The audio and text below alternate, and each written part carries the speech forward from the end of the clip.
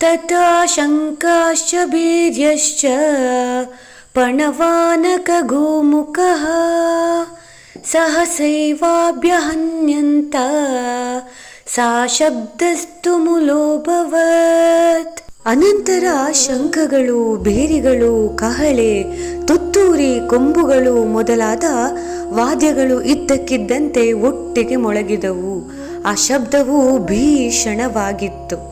ಸಹಸೈವಾಭ್ಯಹನ್ಯಂತ ಸಾ ಶಬ್ದಸ್ತು ಮೂಲೋಭವತ್. ಭೀಷ್ಮಾಚಾರ್ಯರ ಸಿಂಹಗರ್ಜನೆಯ ಶಂಖನಾದದ ನಂತರ ಬೇರಿಗಳು, ಪಣಗಳು, ಆನಕಗಳು ಹಾಗೂ ಗೋಮುಖಗಳು ಎಲ್ಲವೂ ಒಂದೇ ಸಮಯದಲ್ಲಿ ಬಾರಿಸಲ್ಪಟ್ಟವು. ಆ ಧ್ವನಿ ಭಯಾನಕವಾಗಿತ್ತು ಎಂದು ವ್ಯಾಸಮುನಿಗಳು ವರ್ಣಿಸಿದ್ದಾರೆ.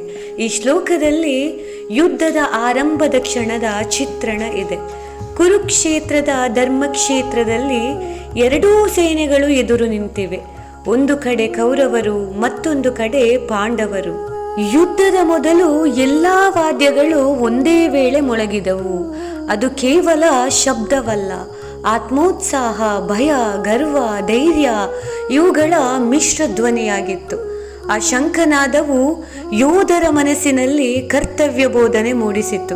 ಇದೀಗ ನಿನ್ನ ಕ್ಷತ್ರಿಯ ಧರ್ಮ ಪ್ರಾರಂಭವಾಗುತ್ತಿದೆ ಎಂಬ ಘೋಷಣೆಯಾಗಿತ್ತು. ಯಾವಾಗ ಭೀಷ್ಮರು ಶಂಖನಾದದ ಮೂಲಕ ತಾವು ಯುದ್ಧಕ್ಕೆ ಸಿದ್ಧ ಎಂದು ಘೋಷಿಸಿದರೋ ಆಗ ಅವರ ಕಡೆಯ ಪ್ರಮುಖ ವೀರರೆಲ್ಲ ಇದಕ್ಕಾಗಿಯೇ ಕಾಯುತ್ತಿದ್ದರೋ ಎಂಬಂತೆ ತಮ್ಮ ತಮ್ಮ ವಾದ್ಯಗಳನ್ನು ಮೊಳಗಿಸಿದರು. ಈ ಶ್ಲೋಕದ ಆಳವಾದ ಅರ್ಥವೆಂದರೆ, ಜೀವನದಲ್ಲೂ ನಾವು ಎದುರಿಸುವ ಹಲವಾರು ಸವಾಲುಗಳ ಮೊದಲು ಕೂಡ ನಮ್ಮೊಳಗೆ ಒಂದು ಶಂಖನಾದ ಎದ್ದಂತೆ ಆಗುತ್ತದೆ.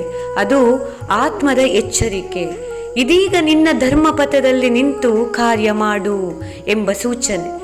ಕೌರವರ ಪಾಳೆಯದಲ್ಲಿ ಆ ಶಬ್ದ ಅಹಂಕಾರದ ಪ್ರತಿಧ್ವನಿಯಾಗಿದ್ದರೆ, ಪಾಂಡವರ ಪಾಳೆಯದಲ್ಲಿ ಅದು ಭಗವಂತನ ನಂಬಿಕೆ ಮತ್ತು ಧರ್ಮದ ಘೋಷಣೆಯಾಯಿತು. ಅದೇ ಶಬ್ದ, ಆದರೆ ಭಿನ್ನ ಭಿನ್ನ ಮನೋಭಾವದಿಂದ ಅದರ ಅರ್ಥವು ಬದಲಾಗಿದೆ. ಈ ಶ್ಲೋಕ ನಮಗೆ ತಿಳಿಸುತ್ತದೆ, ಪರಿಸ್ಥಿತಿಗಳು ನಿಷ್ಪಕ್ಷಪಾತ, ಆದರೆ ನಮ್ಮ ಮನಸ್ಸಿನ ಸ್ಥಿತಿ ಅವುಗಳ ಅರ್ಥವನ್ನು ನಿರ್ಧರಿಸುತ್ತದೆ. ಆದ್ದರಿಂದ ಜೀವನದ ಶಬ್ದಗಳಲ್ಲಿ ಭಯವಲ್ಲ, ಧರ್ಮದ ಧ್ವನಿಯನ್ನು ಕೇಳಬೇಕು. ಈ ಶ್ಲೋಕವು ಯುದ್ಧದ ಮೊಳಕಾಲು ಮಾತ್ರವಲ್ಲ, ಆಂತರಿಕ ಜಾಗೃತಿಯ ಸಂಕೇತವೂ ಆಗಿದೆ. ಹರೇ ಕೃಷ್ಣ.